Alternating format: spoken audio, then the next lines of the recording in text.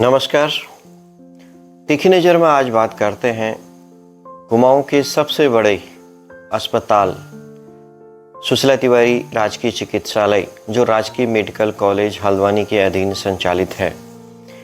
50 लाख की आबादी है पूरे कुमाऊं की।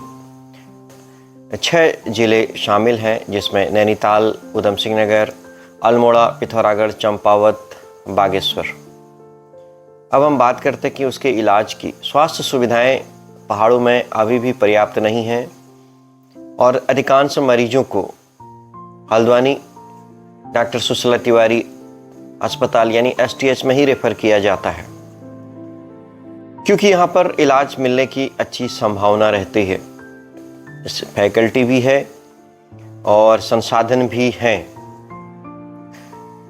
इसके बावजूद इस समय यहाँ पर एक बड़ा संकट खड़ा हुआ है। एक अचानक एक नई मुसीबत पैदा हुई है। 5-6 महीने पहले की बात हम करें तो ऑपरेशन की संख्या ठीक ठाक रहती थी, यानी कि अगर हम न्यूरोसर्जरी की ही बात करें तो इमरजेंसी में ही 25 से 30 सर्जरी एक इमरजेंसी में न्यूरोसर्जन कर लिया करते थे। लेकिन अब यह संख्या 15 करीब में टिक गई है या उससे भी कम ही होते हैं। ऐसे ही जो OT होती है, ऑपरेशन थिएटर है, वहाँ पर भी इसी तरह की स्थिति है। अगर हम ENT बात करें, वहाँ पर भी आंकड़ा आधे के करीब पहुँच गया है। सर्जरी विभाग की भी यही स्थिति है। सर्जरी में 2 OT चलते थे और दोनों ऑपरेशन थिएटर में एक ही समय में 2 अलग अलग डॉक्टर वहाँ पे ऑपरेशन कर लिया करते थे।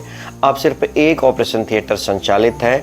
उसमें भी अगर 10 केस ऑपरेशन होने हैं तो मुश्किल से 4 और 5 ऑपरेशन होते हैं, बाकी ऑपरेशन नहीं होते हैं, वो रिजेक्ट कर दिए जाते हैं या हो जाते हैं। ये बड़ा सवाल है, आखिर ऐसा क्यों है?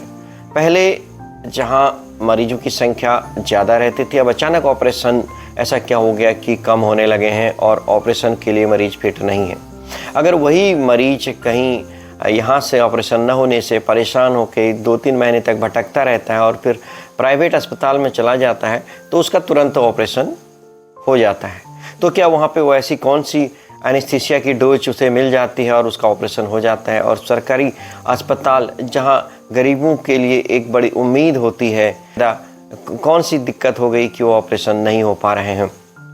जब हमने इस संबंध में राजकीय मेडिकल कॉलेज के प्रिंसिपल से बात की तो उन्होंने कहा कि समस्या का समाधान हो चुका है, लेकिन इंटरनल लेवल पे डॉक्टरों में बहुत आक्रोश है। खासकर जो सर्जन हैं वहाँ पर, चाहे वो सर्जरी विभाग के हों, न्यूरोसर्जरी विभाग के हों, ENT के हों या ऑर्थो यानी कि हड्डी रोग विभाग के सर्जन हों, सभी में बड़ा आक्रोश है। और गायनी विभाग यानी कि स्त्री एवं प्रसूति रोग विभाग, जहाँ पे डिलीवरी बहुत ज़्यादा होती है, वहाँ पर भी बहुत दिक्कत होने लगी है।